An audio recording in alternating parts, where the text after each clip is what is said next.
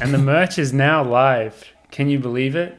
We finally did it. We've been talking about it for over a year, and 94 years in the making. We have 4 of the finest garments possible. It feels like 94 years. Did I say 94 years? I mean, yeah. I mean, in a way, it's 94 years. You know, this stuff, the knowledge that it takes to make these garments. It's been developing over hundreds of years. You could argue, and all that great knowledge has gone into creating these beautiful products, which we are sporting today. If you're watching the video version, but yeah, guys, go to coffeeclubpod.com, check out the merch, and I mean, if you like it, buy some. We would really appreciate the support. We're not kidding. I mean, we are obviously joking a lot about it. Like, we joke about it all the time, but we do really like it, and I think we're going to be wearing it a lot. So we're like, seeing people out there wearing it is going to be something very exciting for us. And yeah, we just wanted to make something cool. We wanted to make something that wasn't just, because like the reality is, like, we could have just put our name or our logo on something a long time ago and sold it, but we wanted to make something that actually like people would enjoy wearing, and like that you kind of feel like you get your money's worth. So yeah, check it out on the website, coffeeclubpod.com. The link is in our Instagram bio. And yeah, thank you ahead of time for the support. I hope you guys love it. We love it. Very excited just to have it out there in the world. Yeah, we're super excited about it. I've been wearing one for a couple of weeks. Took it to Stockholm for a little Europe trip. Europe trip, and yeah, got a lot of positive comments in the dining hall. Yeah, 3 shirts and a visor. That's it for now. So yeah, we won't take up any more of your time with that, but just go check it out. And then today, we are very lucky to once again have Camelback supporting this episode. George, you want to give us a little ad read? Yeah, since we did so well last week. I'd love to. Maybe we'll keep it a little short on last week, but yeah, stoked to be bringing you week 2 of Camelback sponsored Coffee Club. Once again, check out our code on the Camelback website, Coffee Club, no spaces. You get 20% off any full price items, so that's pretty sweet. They got some mugs for some hot coffees. We've got some bottles coming in. They've actually sent us a few with a sweet Coffee Club printed logo on them that maybe if you keep your eyes peeled, we might have a bit of giveaway in the next couple of weeks with one of those. And yeah, check out some of their other stuff on the website. They've got running vests and a bunch of other cool stuff. Yeah, we are very appreciative of the support from Camelback, so give them some love as well. But Gus is already trying to escape from the episode. CEO update. It's pretty hot here in the studio, the Coffee Club pod studio, and Gus is really just not enjoying it. But we'll see how long he lasts during the episode. This is definitely I think I can say this is the hottest day of the year. Yeah. It's been so hot finally here in Boulder after being so mild, like up to this point in the summer, and we do not have AC, so even I'm feeling it. I was just thinking, I don't know how long this merch shirt's gonna last. I feel like I need to get shirtless pretty soon. It might come off, but hopefully Gus can. I mean, you guys can probably hear him even on the audio version. He is dying, so hopefully he makes it. But he probably will have to go and get some cool air down low to the ground somewhere. But yeah, check out the merch. Check out Camelback. That's it. Let's get into the show. So this week, USA recap. No surprises there. It was an electric few days of track. I'm going to say from my perspective, it was the first time that I've really committed to, like, every night I was watching the NBC broadcast. Was it? Yeah, it was NBC, well, Peacock. On Peacock if you're streaming it. Yeah, and I mean, there was still a lot of like stuff that you could say about how it was annoying. Like the stuff that wasn't on there, like the first night, which was like that the 10Ks, made no sense to me. Was you had to have the paid USATF TV account to watch, and then the other times you had to have the paid Peacock. So that's pretty silly to have it go across both. But with that said, sitting down every night, and I think for our time zone, it was really good. Kind of shitty on the East Coast, actually. Yeah, not great. Really shit on the East Coast. The first couple of nights was like 8 to 10 p.m. and then the last 2 nights was 7 to 9 p.m. or something like that. And so it was just like every night I just sit down on the couch and watch it, and just a lot of amazing, like it's always going to be amazing USA, as we say it all the time. It's one of the best meets of the year. And so we were obviously so invested with our teammates racing. So we'll go through first and we'll recap all their performances and their races, kind of give them a little breakdown, and then we'll do kind of like a broader USA's, talk about some other stuff. But first night was the 10Ks, which for our team was very big, having Joe and Alicia in there. And which one should we start with? What was first, the men's or the women's? And the men's was first. I think I feel like Alicia was first. Buddy, I don't know. They were right next to each other. I can't remember which way around. Let me rack my brain. I'm going to say that I think the women's was also first, but it doesn't actually matter. But we'll start with the women's. The women's was, it was very tame race, which I thought Joe was gonna have to go warm up again. Yeah. They were out in like 85 seconds or something. Like That's gonna be the slowest first. They were like lap. 5 thirds. I was like, this is gonna take 45 minutes. They were chilling. And I think if you look at the times, you're like, for Alicia likes to run fast. She likes to lead, but as we mentioned last time, she had the 5K coming up as well, so she was not gonna like waste her energy. And the other dynamic in this one was that not many girls at all had the qualifier. So like if girls that didn't have the qualifier weren't going to make it fast, then the girls that had the qualifier weren't going to pace them and try and make it fast, especially since they were all of them were doubling. I don't think any of them were not doubling. So this was like such a, like, it must have felt pretty good for them for a while. I don't know how hot it was. I reckon it was hot, but not like as bad as it's been in the past few years. But then it must have been, was it with like 3K? When did Alicia move to the front and start speeding it up? Because at some point she was like, all right, I got to start picking it up. And then she got it going and people started falling off. And it came down to, like, you could tell pretty quickly who the top three were between her, Elise, and Natasha Rogers,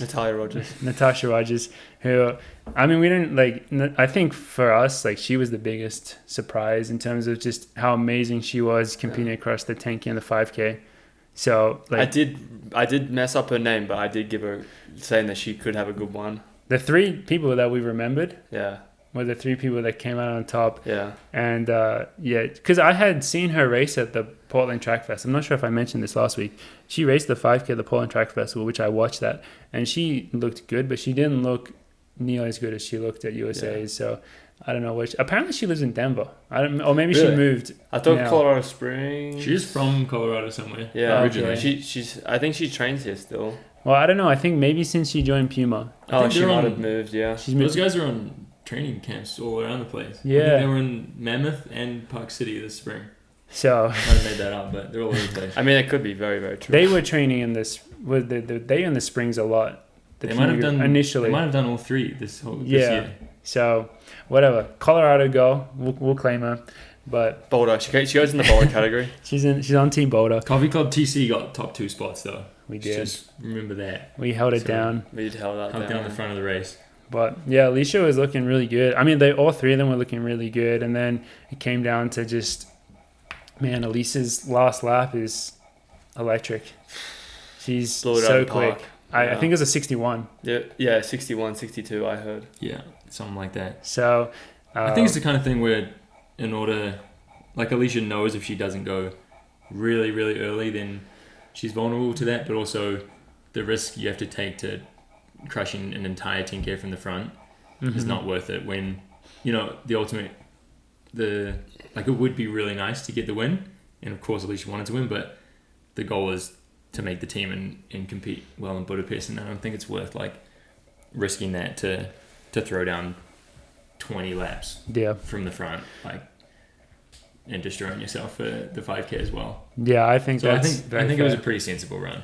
And the other dynamic, which I can't even remember if we talked this about either, but like Elise has not looked up to this point in the season. She had not looked as good. No. So I think that, I mean, it's easy to say now, but she was a little bit like undervalued how good she was going to be. And I think Alicia probably, I don't even know if Alicia was like thinking that she was going to be the one who was going to like challenge her just based on like the races that she's had this season. But clearly in the last 6 weeks, like, I imagine she was already in good form early in the season, but it just like stuff was happening in the races. But she was so on, and I think you could tell as soon as the race started, the way that she was responding to like Alicia's moves and stuff, that she was like, she was in good shape and she was ready for it. Yeah, she was covering the moves very easily. But I think she said in an interview that even like 2 days out, she was still trying to convince Jerry Yeah. to do the 1500. That's crazy, and isn't Jerry, it? like, talked her out of it and was like, no, I think you should do the 10 and the 5. See, I couldn't Which is pretty believe. crazy. That is she wild. She was Triple. entered in all of them, Yeah. and then just didn't start the first round of the 1500, which was like a couple of hours before the 10K. I remember watching and be like, I guess Elise is running the 10 later. Which is like, it's crazy to think that like as an athlete you could be like, the mindset is like, I guess she wasn't feeling herself in the 10K, 5K. I mean, you got to give credit to Jerry there. Like, it's crazy that she could be so good and like not know that like the week of. Maybe You know what I knew mean? it, but just didn't want to Yeah. put herself through that. She But just you're didn't want to do it. But I forgot because I was looking through all her. I forgot that she ran 3:59 last year. She's sub 4 girl. Isn't she also, has she broken 2 as well in the 8? She Maybe might have not run. quite. She might have run like she was trying to at the end of the season. Like she was trying to, and I'm not sure if she ran like 2 she flat. might have got really close. Surely there's not many athletes in the world that have run sub 2, sub 4, and then as fast as she has in the 5 and the 10K. That'd be a really crazy resume. Yeah, maybe like Sifan on. Stefan is probably the It's only pretty one, elite right? group, though. Maybe Faith Kipyegon, Yeah, she. like her, Faith, and Stefan. It's pretty insane. Yeah, I don't think she has broken 2, but I definitely could be wrong. I think she's run like very close. This is easily looked up, but we can leave it to greater minds. But anyway, so it was that at the end of the race it was the 3 of them. The other one who like big heavy hitter was Carissa Schwarzer. She I guess she's not. You never know with the Bauman people what's going on. Like Was she all of them finished 5th? 5th in the end, Fifth, but it's like she just wasn't as fit because she won last year. What didn't she? She won kind of running the same way Yeah, she Elise did. did. She like sat on Alicia. Alicia dropped like a really mean last 5K, and then Carissa just ran away with it. So I'm not sure. Coming off surgery Yeah, at the end of last season, right? yeah. Which But- normally, if you're in Bauman, it's normally like a couple of weeks off. And Yeah, a couple weeks off, and then you're back into back it. into it. Yeah. Was Jerry available for comment on the 10Ks? Jerry did not comment on anything as far as I saw. Was he even there? He was there. Riz That's said his track. he was talking to He's him. just in his office. Yeah. But Riz said he wasn't available for comment either I didn't about see him on it, so anything. couldn't get through from Riz. So.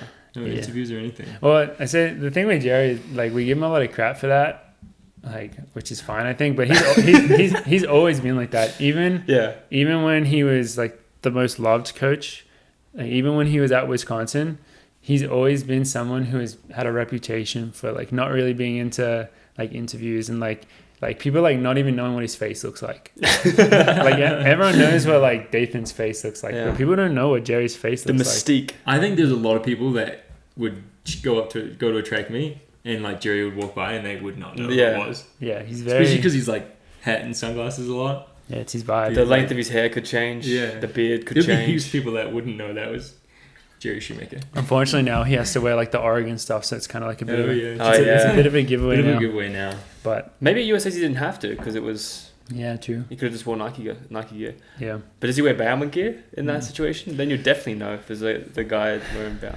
I feel like maybe that's part of the reason they brought Shalane in because then she can just take all the. She's the face. She's the face of Yeah. it. And now even Chris Kalinske, I always forget that Chris Kalinske is part of their team as well, like the coaching staff there. I'm not sure how involved he is, like with the pro guys yet or whatever, but he's part of the team. He is, yeah. He's part of the team. So yeah, that was the women's 10K. The 3 of them kind of ran away with it. Big last lap from Elise. It went Elise, Alicia, and then Natasha.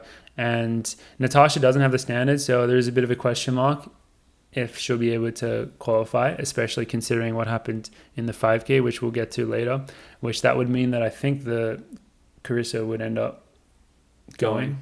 Unless, who was fourth? Was it Wayne? I hate it when we just don't know at all. I thought every time. I thought it was Probably Wayne. I thought it was Wayne, but I don't want to like Could be don't want to so die wrong. on that hill. I Could don't want to die on that hill. be so wrong. And like I have my computer I in love front that of me and I could look it up, but I love it how why would I we do were all that? like very intently watching it, and we don't know. I don't think it is going to change anyone's opinion of us or what happened for us to know that or not. Hey, it's the life hack, man. If you just set the bar really low, you tell people we're just common fans like you. We're not like Citrus Mag experts. We're trying our best. We're not getting to the huge status of Darth Sidious Mag. Which Ollie, do you want to? So Ollie has been telling us for the last couple of days that he has a new nickname. Citrus Mag. Yeah, and it is Darth Sidious Mag. So because they're getting to the point where we're gonna have to go remake all the merch. Now. Yeah, no, it's alright. It just adds on to the next season of merch. Yeah, but so they're getting a bit. They're officially evil. They're pretty big right now. They're evil. They're everywhere. Every tweet, every Instagram, anything about the meat. If I'm trying to get content in the meat, it's not. It's probably coming from City Smack. Where would you rather it came from? Bring back Flowtrack. Honestly, I'd rather it come from Pat Casey on Twitter in particular. But yeah. But no, they're reaching new heights, and we're staying humble with the people. We're with the people. Imagine if they didn't know who came fourth. I'd lose so much credibility.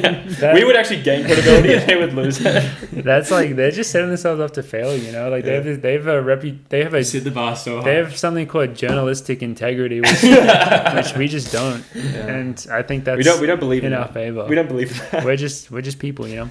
So moving on to the men's, this was very exciting. It was because still, like, there were some of the same question marks. I mean, everyone knew how good Joe was. Everyone knew how good Woody was. But going to the Bauman guys, I mean, everyone knew that Grant was going to be really good.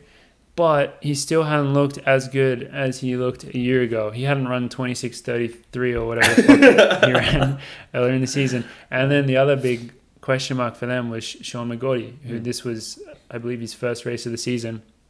And he's an amazing runner. But he's just, I don't think he's had surgery. Did he have surgery? He's just had a few injuries and stuff. So I imagine that's why he wasn't racing. And this was, what was the pace? It was like solid. Okay, Isai Rodriguez. Man, that guy loves to just crash at the front. I feel like I've said that on here before. But it was like an honest pace at the start. Oh yeah, then you chuck in like Porchelimo and stuff, like who he's also kind of just like always a question mark now. Like no matter what race he does, I think he's going to be a question mark. How like what Paul's going to turn up on the day. This pace, honestly, it's crazy that this was only like not that long ago because my brain trying to remember these races, it's like such old news. But I think the pace was like solid, but then it was kind of like slow. So like everyone was pretty much there. I remember there being a bunch of 69s and 70s, which for those guys is like borderline threshold pace probably. Yeah, like I feel like everyone was in it for a long time. It wasn't like ball busting, but like it was like decent threshold pace. And then Grant made like the fattest move ever with like 4 laps. Was it 4 or 3 laps to go? I think he's third last and second last laps were like 60 and 59. And then that's what really thinned it out. And Joe was the one who responded the best to him. Like Joe was like pretty on it, but even Grant opened up a little bit of a gap on Joe. And then behind him, of course, was Woody Kincaid, who today, like for this race, it was like Woody was way closer than he's been in previous races where he's came out on top. So it was like, yeah, Woody's looking pretty good for this one. And Sean was going with it as well. And then on the last lap, things like really got shaken up because then Woody just came around. He looked so strong. And then Joe went around Grant. And then coming down the last 100, I don't think you could see it on the screen. I can't even remember. I don't think you could, but then Sean ended up also passing Grant. So Grant ended up finishing 4th. Woody got the dub. Joe, then Sean was the top 3. So it's not like a big... I mean, I think we would have definitely expected Grant to be in the top 3. So that was a pretty big upset. But the 3 names in front of him are all so legit. So it's like it was a decent upset in the fact that Grant also came 4th. At Worlds. Yes. And then 4th at USA's. That was kind of the headline. Which is always going to be a disappointment for him. It's crazy that that's possible. Yeah. So when you look at the USA TF results, if you went on the page and you can see the splits and everything, it has a number next to Joe and Grant Fisher's name, and the number next to Grant was 3, which is his world ranking. And that's kind of crazy. I like it how they have that world ranking. And Joe's, I think Joe was 6th or 9th. I'm getting the 6 and 9. And, 69. Top 10, definitely. Anyway, the biggest surprise for us is Sean McGorty. We know how good he is, but like that's his first race of the season, and to run as well as he did, I think that definitely set the tone. You know? Yeah. Well, he was there on are rumors that he just absolutely crushes training. Not just like crushes it. He's just like really good at it. He's really good at training. And gets in amazing shape, obviously. I'm not sure. I think it's been like said in interviews from like the Bauman guys where like he's just the go-to guy. If it's like for paces, there's a hard rep or something. Yeah, if it's like, all right, we're running a 4:10 mile. Like, Sean, you got this? Yeah, Sean's got this. So, but yeah, I think you're right. Like the fact that 4th at Worlds last year, you would think like, I mean, Grant's season last year was arguably like one of the greatest American distance runner, like 5K, 10K guys seasons of all time. So going into the next year, when there's no apparent like big issues that have happened, you're like, okay, they're a lock for 5K, 10K. Like that's like they should take it. But we did find out after it that he had been dealing with a stress injury in his femur, which doesn't sound good. It doesn't sound good. That's a bad bone to have a stress injury in, and I guess the 10K made it worse. I mean, they're really good at dealing with that stuff, I suppose, because like he must have had an MRI before the race, I'm guessing, to know that. But it's crazy to me that then you could still know that you could race on it. Well, I guess it came back to bite him because I think Joe on the run this morning mentioned that the plan for Grant was to make the team in the 10 and then hit the Ultra G and like recover. Like it was more of like just get to the Worlds, get to the team, and then that's when we just get the pro, because there's still 5 weeks out, 6 weeks out from Worlds, so there's still time for them to recover if it's not too crazy of a recovery process. I still think it would be crazy. Like he would be going to Worlds still, I think. Yeah, if you thought there was a risk that you could only, like, no matter what, he was going to probably drop the 5. Yeah. I'm surprised they didn't go with the one that was half as many laps. Yeah, that's the interesting thing. Yeah. But also, maybe they thought that the 10K would be easier for him. The 5K just in terms was of the always going to be so depth. stacked. Yeah. So, yeah, I mean, obviously, I think we're all big fans of Grant. Like, he's a very likable guy, and he's so amazing. So it's pretty sad, but I don't know. I guess people have ups and downs in their career. You know, like certain other Bauman athletes, it's going to be a good motivation towards Paris. I think that's the best thing for it. You got to use it in a positive way, or negative to a positive. Yeah, and then, so is there anything else to say about the 10K? What's that? Oh, a couple of notes I've written down which I did not read, but I'll do this one first because it's quick. So the Discord was in full flight for these races. It was, I don't know if everyone listening knows what Discord is, but it's pretty much like an online chat type thing. Maybe you had MSN as a kid. Think about MSN elevated, and there's like a okay, I'm not going to get in trouble here, but maybe someone was illegally streaming the meet in the Discord, and you have to go into like a watch party type room to like be part of it, and it hit the limit, and the limit's 25 people. So like people were all like, hey, can you please leave? Like I want to watch this race. And then it's just like a massive like group of people where like everyone can chat and stuff, and most people had their mics muted, so like most people weren't talking. There's just a lot of like typing and like the threads about the races and stuff, but it was so cool to have like that there where it's like people are live reacting to everything that was going on. So everyone in there had a great time, and it was very funny. Darian jumped in for the 10K on the first, I think it was the 10K. And so Darian is a complete random character in our universe. He's a video game friend, and he didn't really know what was going on. And just the funniest thing was he was like commentating the race for everyone, and he's like, why the fuck do they keep going to that tower? Like, what's going on with that tower? What's so important about it? And it was like the big Bauman. Yeah. Because they do so many cuts to it for like no reason. He's like, I'm pretty sure like there's like some people like competing out there. Like, can we watch that? It was just like hilarious. So hop in the Discord for Worlds and you'll have a good time. But the main thing that I had written down there was the Woody comment. And I found about this because of the Discord, because people clipped it and put it in there. Tom Wang was big on this one too. Well, because this leads nicely into the 5K. After the race, I can't remember who it was. Someone asked Woody, like just kind of like a pretty normal question considering the context.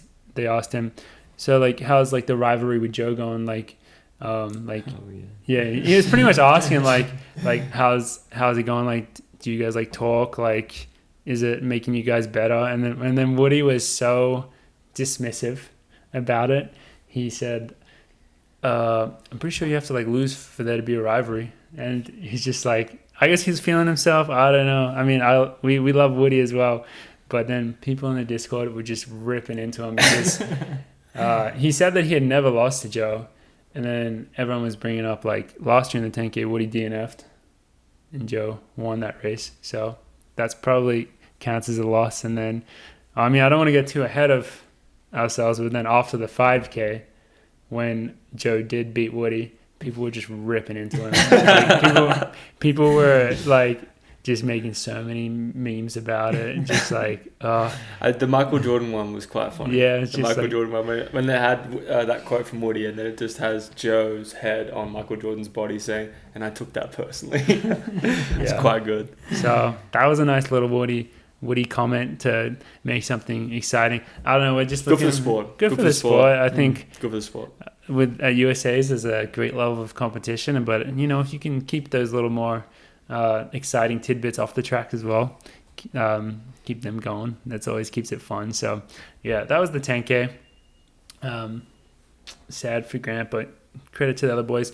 But also in that one, Sean does end up qualifying, right? That's the consensus. I think the numbers look good if Grant is not going, who's above him, and then maybe one or two other people we know might not be running. So he might get into the rankings like that. Yeah. So Sean probably will end up qualifying on the ranking because it is hard now that like they have this ranking system and that USA is a month before the period ends to like you get why like in the previous years they've said like they've had a more strict rule where they want to be able to tell people straight away like if they made it or not.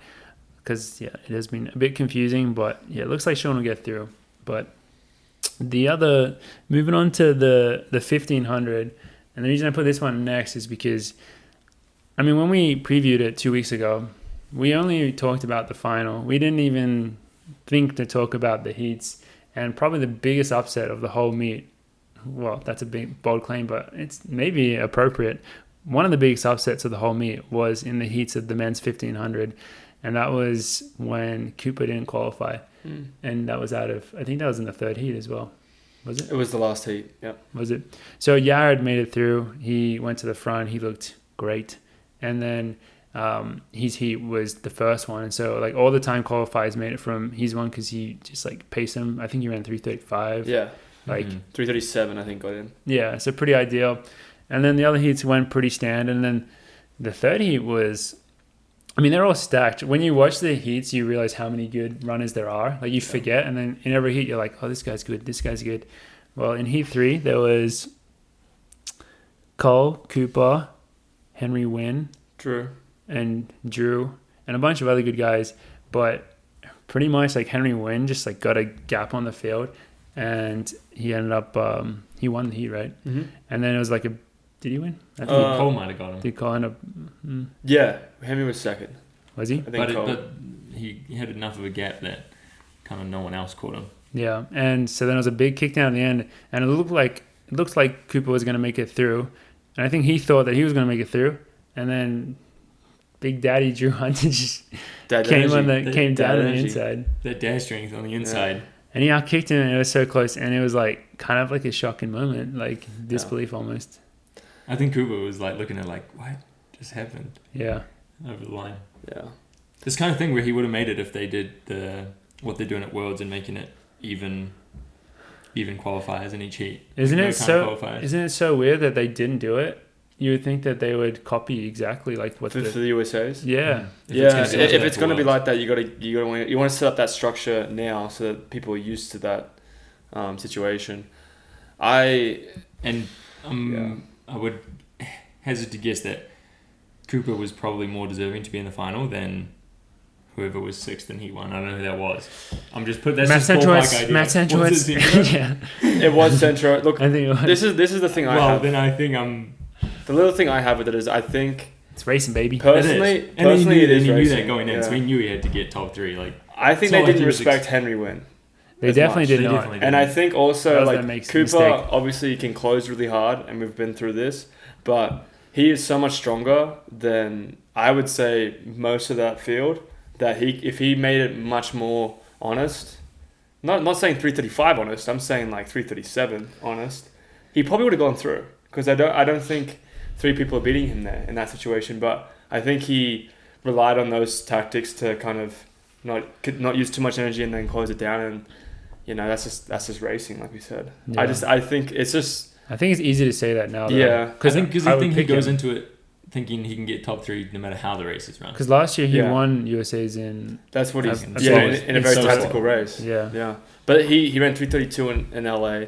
He probably knows that a lot of that field can't run as well as he can at that pace, and I think the third heat was the most stacked heat. Personally. I think the first was. The first one? The first was really good. It was Yard, Hobbs. I'm not going to pretend like I'm going to remember everyone that was in it. Both UW guys. It was pretty good. Maybe Johnny too.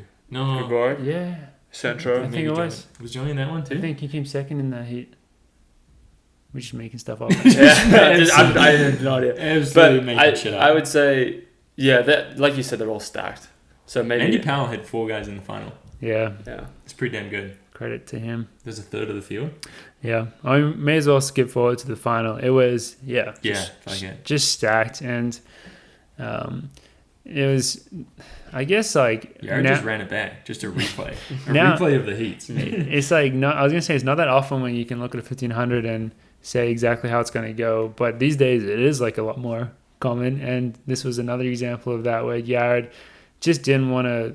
He didn't make it like crazy fast. I think he was running what do you go through 800, probably 157 or something. Mm-hmm. And which is just honest. Like that's what he wanted. I think he mostly went to the front more so he could stay out of trouble rather than to make the race like fast in particular. But he did tell us before that he wanted it to be like a decent pace. Like he thought it was going to be like a 3:35 type race before it, if you spoke to him. And yeah, so he went to the front at 200, led the whole thing until on the last lap. 200 to go. Yeah, like he didn't gap people by like a lot. Like people were still on him the whole time. And then like on the last lap, people were all trying to kick around him. And 200 to go, freaking Joe Wascom went around him. And I'm not going to say like I was scared when that happened, but I was more scared than like before it happened. Like, so I guess I was technically a little bit scared, but a little shook. I didn't expect him to let anyone go around him. Yeah, I guess that's what I would say. Just if a college kid going around a guy that's run 3:29, he's always gonna be like, damn. I'm very glad he did though.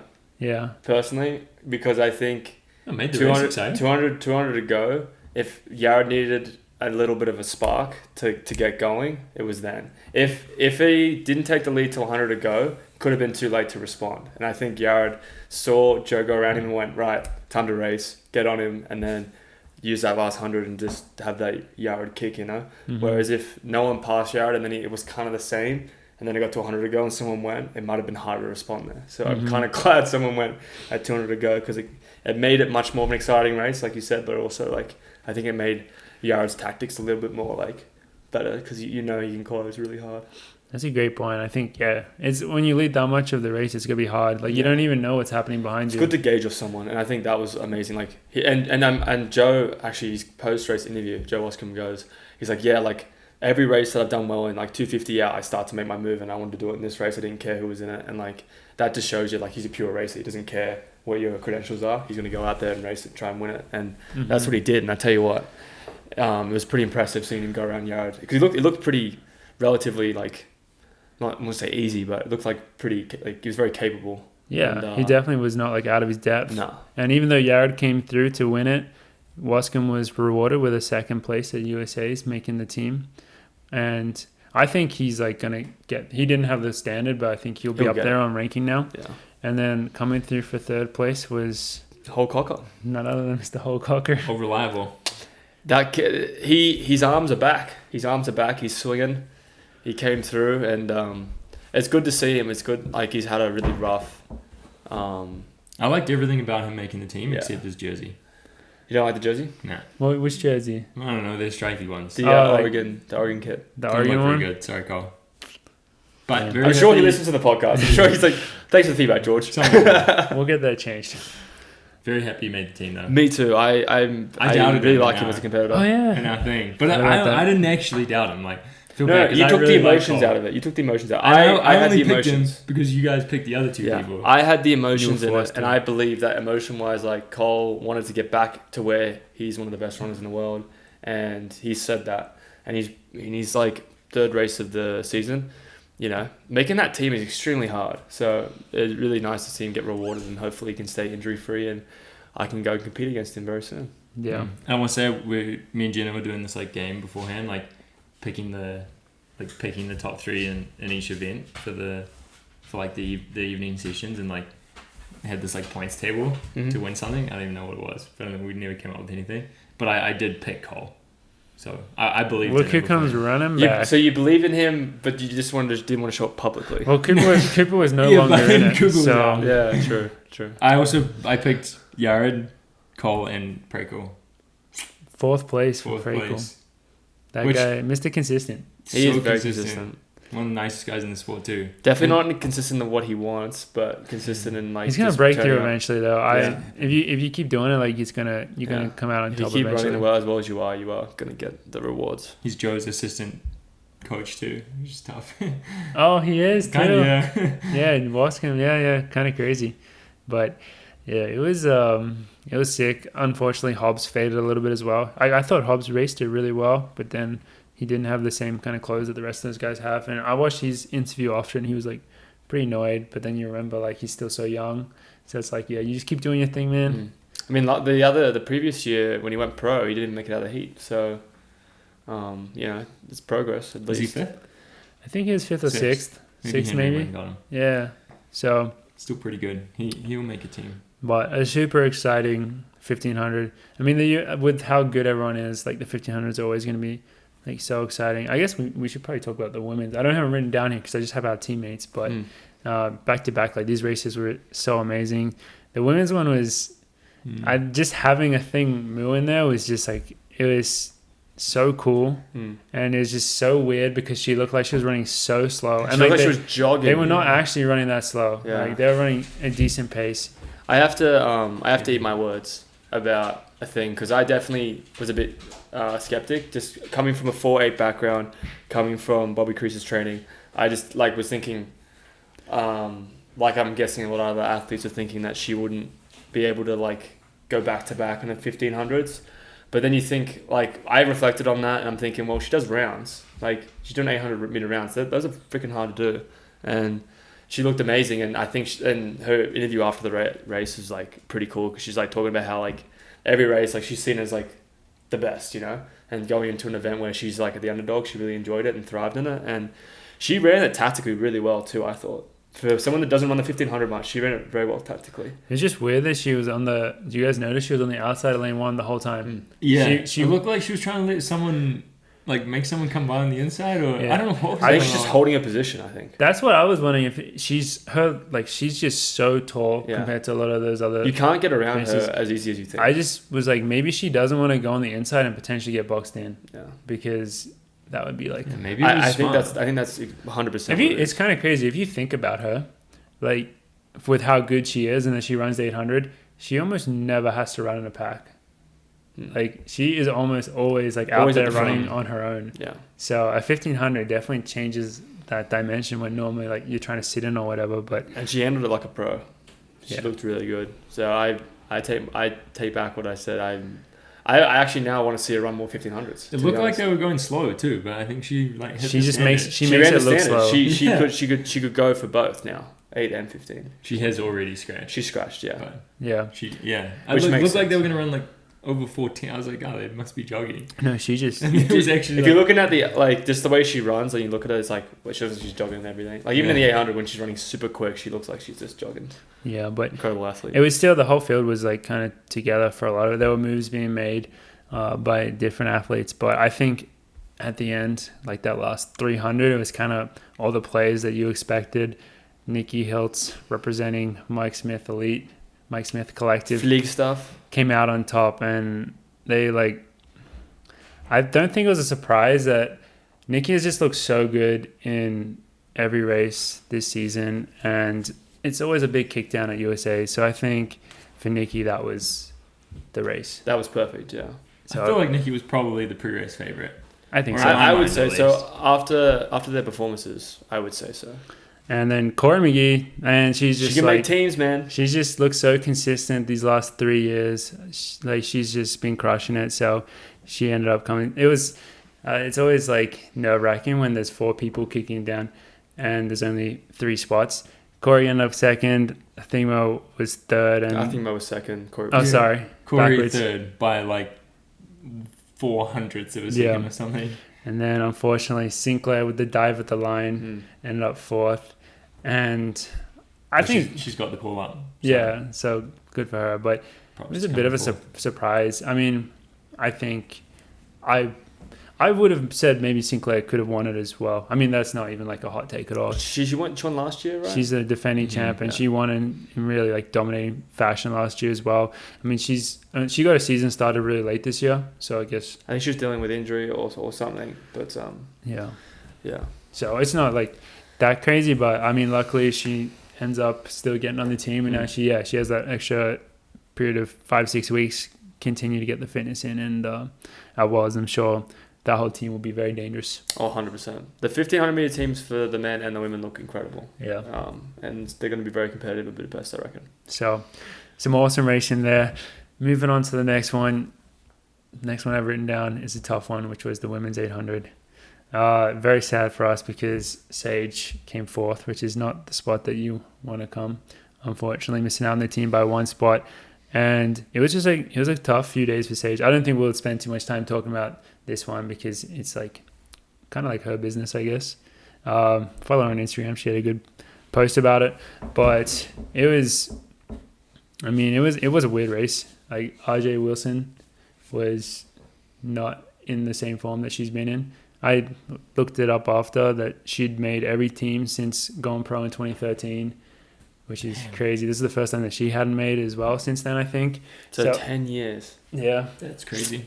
Insane. So it was, it's just like, I mean, I got to give a lot of credit to Nia.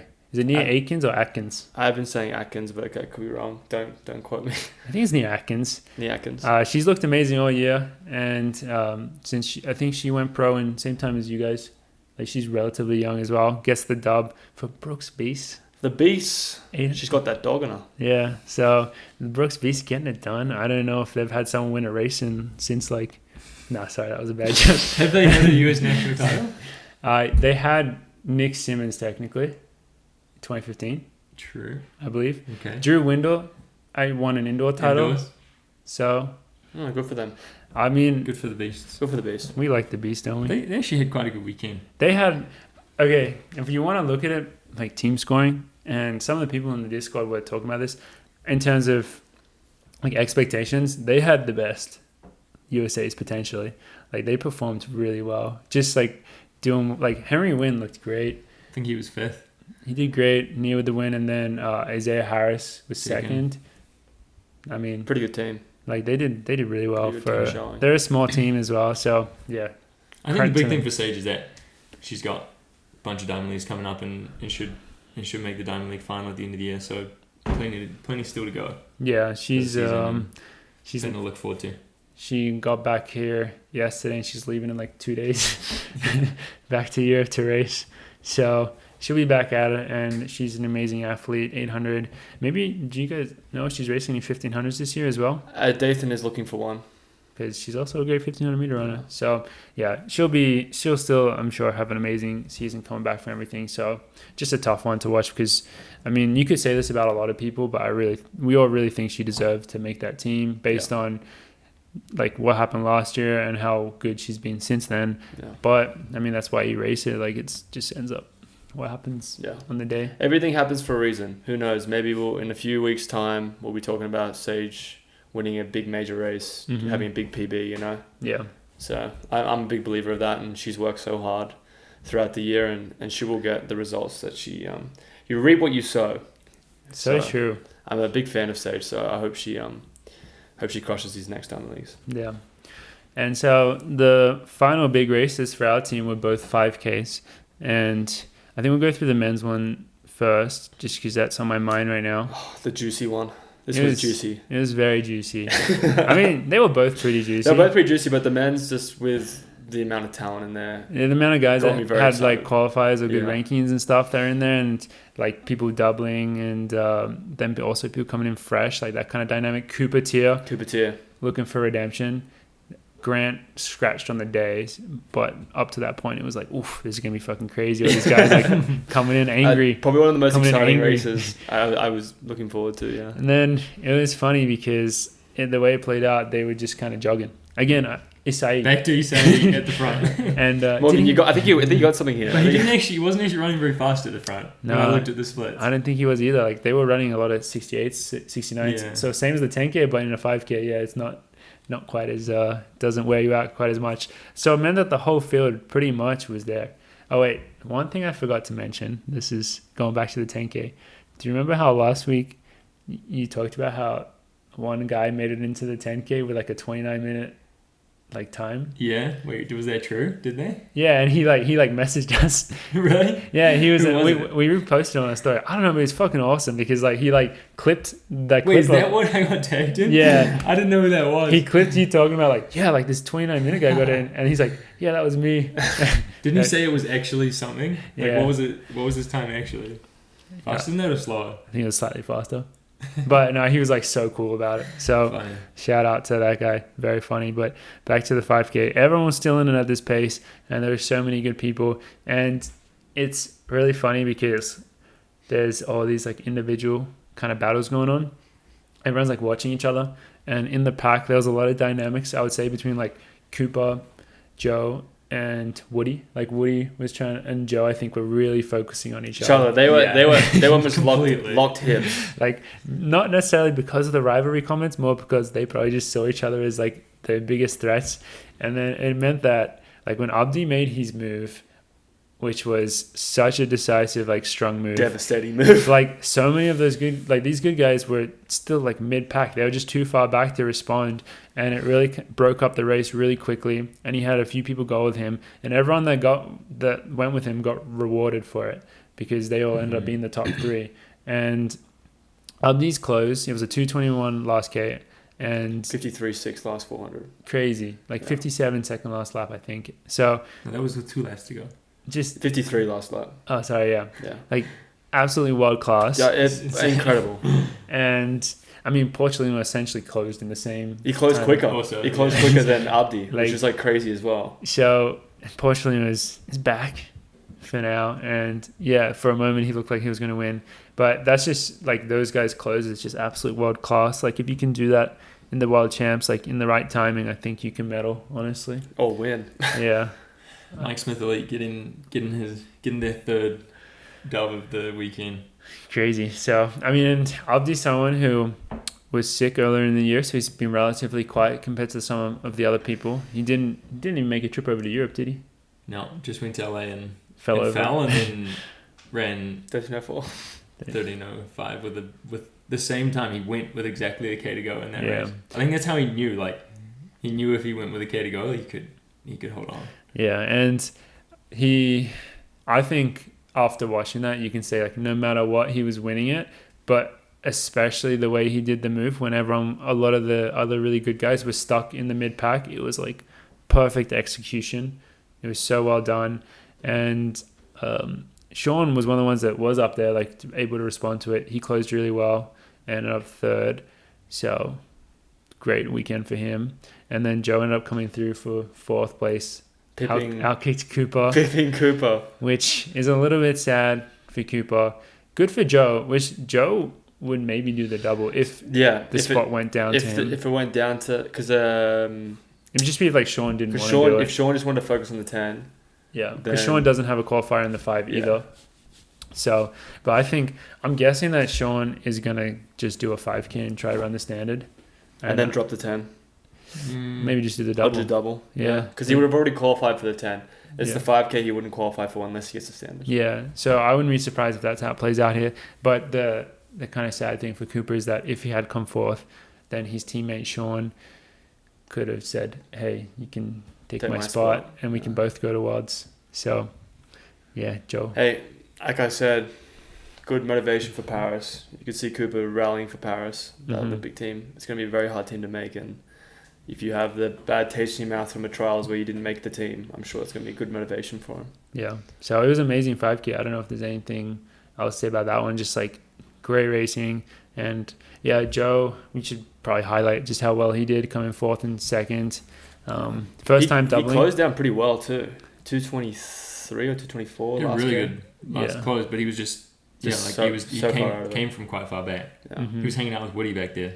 Yeah, he was watching Woody too much. He said that was his flaw. He maybe could have been a little bit closer if he. I feel like he should have been focusing on. I feel like Abdi was like the one to watch in that. Yeah. Completely fresh, looking so good lately. Yeah, I agree. Been sitting on Abdi. I agree. So yeah, Joe then did beat Woody because Woody was just a bit tired. Like he could not go with it, and then that's when like the Discord was exploding with all these memes about Joe beating him, like no rivalry, not a rivalry type thing. But then they cooled down together. So they're mates. They're mates. Lame. They're mates, I think. But so good job to Joe. And then the women's 5K was, I guess it was the only event where we had two teammates in there together. Maybe some team tactics. Some team tactics could have played out. Which I think Josette knew what Alicia was going to do, but I'm not certain. I'm not certain either. I don't know. I don't want to confirm that. I mean, we probably could have guessed what Alicia was going to do, so I'm sure. I think a lot of track fans could have guessed. She took it very from early. The start. Like I think pretty much from the start. Yeah, it was maybe one lap. It was maybe not like one lap, but it was like I would say it was like in the first half of the race. And she did a little sneaky thing where she was running like pretty quick, like 71s, 72s, like pretty quick. And then like I think everyone was like, okay, this is going to be the pace. And then at some point, like in the second half, she just started running like 70s, maybe even some 69s. Like she just dropped it down just slightly to like a very, very quick pace, squeeze in the field. But this one, just like the 10K, ended up being the same top three, looking pretty good. In the same order. Yeah. Alicia was just leading out Elise. Elise was looking very good. Again. Natasha Rogers took the lead at one point, I remember. That was probably on like the second last lap. Like that was pretty, because Alicia started slowing down a little bit on like the second last lap, and Natasha went around. So that was the top three. Unfortunately, Josette couldn't quite hang on to the pace that Alicia was setting, and so she was dropping off. It was like watching it was kind of one of those ones where you're like, oh man, just like catch up, please catch up, because like those three girls in front are going to be able to close hard. So if you're not with them, like it's going to be really tough. And that ended up just playing out kind of like, I guess how you would, after watching the 10K, kind of how you would expect, where after Alicia did all the leading, Elise was able to come around her, still had quite a bit more left in the tank and kick down. Natasha came third, and Josette was just a bit back and forth. I mean, they all did amazing.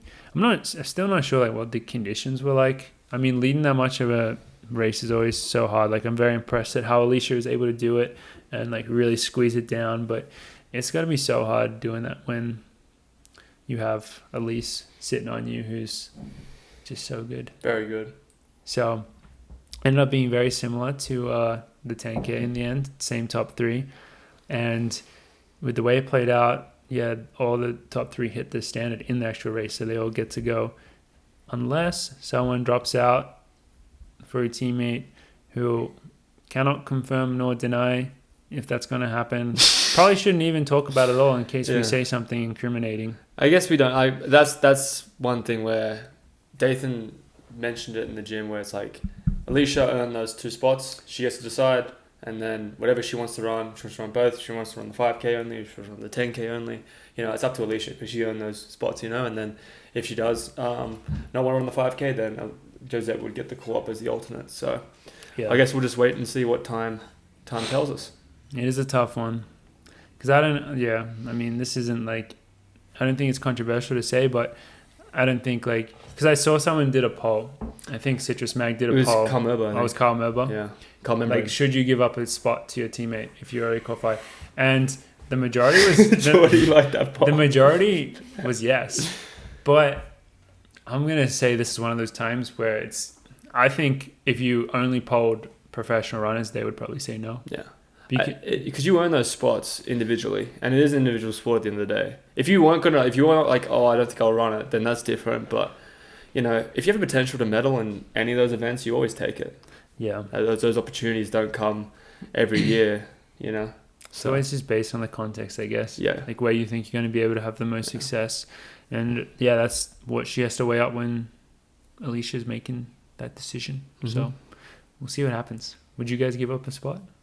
If it was in the 10K, yeah. Yeah, I guess it just depends on the context. 10K, in some weird alternate reality where I ran the 10K and I got a spot, then as long as it's an event that I didn't care about. yeah, that's pretty much. But like, if it's an event I didn't want to do in the first place. But if I was running like, say I'm running the 5K and the 15, and I'm getting too slow in the 1500, and I'm thinking, well, maybe there's an opportunity for a guy to perform better than I am, and the 5K I really want to focus on medaling. That's like a context thing where I'm like thinking like, this is my decision. Two events where you really can't tell which one you would have more success in. Then I wouldn't. It's hard, isn't it? Yeah, I would probably just stay with it because like, again, you don't get to represent your country that much. Like, we're not RG Wilsons. We're not all going to be representing our country, or Alison Felix for like 10 plus years. Sometimes we're going to miss out, and the opportunities you get, you're always going to take them. But again, it's up to the context and the individual to make those decisions. So yeah, no, I think that's very fair. So that was our team. Yeah, well done to everyone. Dathan came back on a tanned as fuck. He arrived at 5 p.m. Sunday night. Came to the track. Monday night. Sorry. Monday night. Yeah. What day is it today? Today's Tuesday. Monday night, and then we had a workout at 6 p.m. 6 p.m. workout. Came straight to the track, and lots of fun. He definitely did not have enough of track. He was back into it, running around, calling splits. Lives and breathes track. Yeah. You guys want to know what the difference is? It's that right there. Man's crazy. He's dedicated. But the one of the other things that we wanted to look at was Mr. Rory Linkletter scored the meet as if we were representing our towns. I'll put it up on Twitter. And as you would expect, it was a Flagstaff versus Boulder affair. Where's Linkletter from again? Yeah, Flagstaff. Flagstaff. So just keep that in mind when there might be some bias. He's Team Flagstaff. He scored the 1500 to the 10K men's and women's as if it was like some NCAA meet style, which whenever I see he's done this multiple times, I'm like, that sounds like a lot of work. Like, he's got a lot of time in his hands. You gotta like make a spreadsheet. He probably makes an Excel spreadsheet and like does all the fills it in. But it's good for the sport. Good for the sport. Very good for the sport. The team title was we tied for second. So Flagstaff was on top with 59 points, and then second place, 54 points, was both Boulder and Eugene. But he counts Bauman as Eugene, which I guess I think that's accurate. Who else is Eugene? Cole. Cole. That'd be it, wouldn't it? I mean, just between Sean and Elise, that's pretty good points for Eugene right there. See, I think that's debatable, though, if they're Eugene. What about the foreigner points? Rory? Unfortunately, no foreigners competed at USA's. Yeah, see, we could change that. It was all Americans. But see, I think you could make an argument that Bauman is like team training camp. I don't know, because I feel like they're known for like not being wherever they live. Like that's kind of their reputation. Apart from this year has been different. They spent a lot of time in Eugene. Well, you'd put them under Utah, wouldn't you? All Flagstaff. All League. They spent a lot of time there. But then after that was Colorado Springs, and then Provo. Shout out BYU. But most team spots did go to Boulder, so we won on that one. It depends how you score it. The funny thing with all this stuff, because like Citrus Mag did a thing like ranking, where Citrus Mag actually did like the teams, like they did like Mike Smith Elite versus like OAC, and it's like 3 versus 2. It's just such a small sample size, where it's like, well, they're all like tied pretty much. Yeah. But it is interesting to see. But it just makes sense. This is where all the pro runners live. That was the one thing that, like, at the end of the day, you look at it like, you're not surprised that Mike Smith's team's doing well. You're not surprised that OEC is doing well. You're not surprised that Bauman is going to turn up and race and compete for spots. Like, it's not really giving us any new information, really. No. It would be nice to have taken down Flagstaff, though, I will say. Yeah. Well, I haven't been to Flagstaff yet, so I'm hoping that I can go there. Maybe I just have one of the worst seasons of my life and then just bring down Flagstaff. I wonder what Is anyone who's representing Flag that's not... Oh, NAZ. Yeah, Chrissy. Yeah. She was big for them. She came through. Big for... That's big points for... Well, is that what turned it between Flagstaff and Boulder? I guess I don't really know how point scoring works. Yeah, I don't know how many points is he giving... Is it like 10, 8, 6? Probably. Yeah. Like at NCAAs. Yeah. Yeah. Which is the turning point. Yeah, because Emma was on Team Boulder and she was second. Exactly. That's the turning point right that's there. Probably the turning point. It all came down to the women's steeplechase. So the other one, which I don't think we'll spend too much time on this, we'll just go through, is Citrus Mag made their list of, David Melly wrote the article, their list of winners and losers from the meet. And the biggest winner that he has is Bobby Kersey, which we've already talked about why. We didn't talk about Sydney McLaughlin, what she did in the 400. She's going to have the American record on the 400 soon. She's gone for the world record. 400s of a second off it. Apparently she's gone for the world record as well. Really? Yeah. Well, I don't know what that is, but I'm sure a talented athlete like her is looking at that. Yeah. So between her and Athingmo, it was crazy. I was stalking Sydney's YouTube page because she has some cool YouTube videos that have been made, and they were just sprinting on a random road in California. Their training was imagine their training is a lot more complicated than that. But they're just there was just cars coming, and they're just hopping on the road and sprinting. Go check out the video. So I don't know. I didn't really I hadn't heard much about Bobby Kersey until all these great athletes joined him. But he's I think he's just been always behind the scenes because they were saying he's coached an Olympic champ every year since '96. He coached Alison Felix. Yeah, if you coach Alison, that's the cheat code. That's because she was probably on the 4x4 really every. That's what I'm thinking. It's if he's coaching Alison Felix for a whole career, that's every year he would coach Olympic champ. Yeah, so world champ still gets all his credit, and as Ollie already said, moving up to the 1500 from that was the most impressive thing from a sprint-based group. Yeah. Next, I think we'll go through these ones quickly. They said the biggest loser was NCAA runners, which look, the BYU sensation Kenneth Rooks. Kenny Rooks, bro. Yeah, it was a crazy race. I think maybe he was referring more to the sprinters and stuff in the sprint events, but we don't really pay attention to those as much. Would you count Will Summer as collegiate NCAA runner? I'd say he still counts as a collegiate runner because he probably didn't perform the way he wanted to. Yeah, he ended up coming through well, but he was out of the race, which it didn't seem fast enough that he should be out of it. Yeah. So that's a bit surprising. Biggest winner, Elise Cranny, makes sense. Biggest loser, Bauman runners, not Sean or Elise, which they had a tough. Fair enough. They had a tough. Half of them went home injured. Yeah, they've been so dominant for the past few years, Bauman, at national championships that this is probably one of the worst years they've performed. And they still won the 5 and the 10. That's how crazy they set the bar very high. Their bar is incredibly high.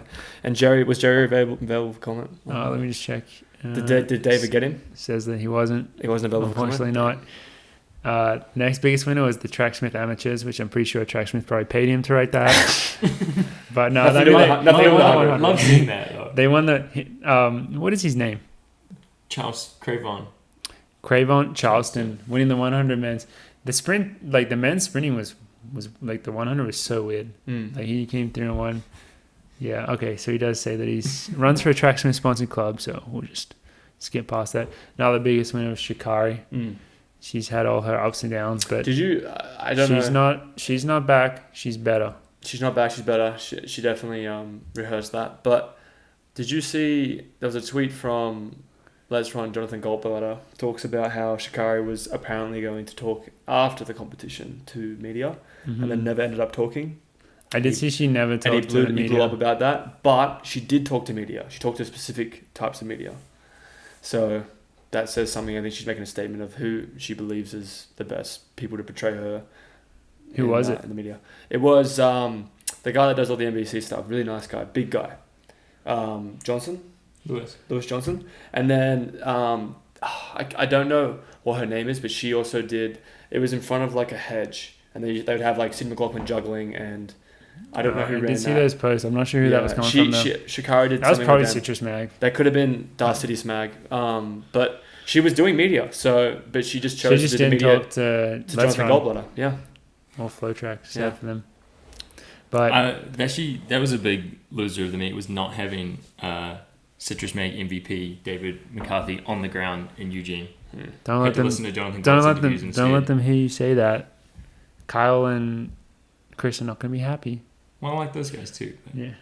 No, after what he's done in Europe, he's crushing it. He brings a great energy. Setting a standard. Yeah. Europe correspondent, let's just make him world correspondent. let's fly him to the USA's next year. But overall, bunch of winners and losers, but as it always is, USA's was just great to experience. Happy we didn't have to experience the stress of being there, competing, etc. The emotionally drained. Remember when we actually went to USA's for 10 days? The trials, we were sleeping on the floor on the blow-up beds. It was terrible. That was when Morgan just joined the team as well, which was so funny because that was like the precedent of like Morgan's like, what the fuck are we doing sleeping on the floor? We had like a mega airbed, 5 airbeds lined up next to each other. Jason was sleeping on the couch snoring. Yeah, that was terrible. I was like, we probably slept like 5 hours every night. We just kept trying to train hard. George was literally racing. I was trying to qualify for the Olympics. Yeah, me and Morgan qualified and we're trying to like get in really hard training. Yeah, so we've come so far. We've come very far. Yeah, that was an interesting time for OEC. Yeah, we've come a long way. We have come a long way. USA's is definitely the most draining. So yeah, 100%. I mean, the emotional highs and lows of it, pretty crazy. Yeah. So that's USA's. I think we'll probably get more into this next week. So we're not really going to talk about it now, but all of us are about to head out on the road. Coffee Club Pod on the road edition coming up for probably like the next 2 months after next week. This is the big trip. We'll announce all the races and stuff coming up next week. The Europe correspondents of Coffee Club. Yeah, it's just us. We're just taking on a new role. It's us. Big surprise. We're promoting ourselves. We're promoting ourselves, going overseas to promote ourselves. Exactly. The CEO will be staying at headquarters, making sure everything's tip-top shape.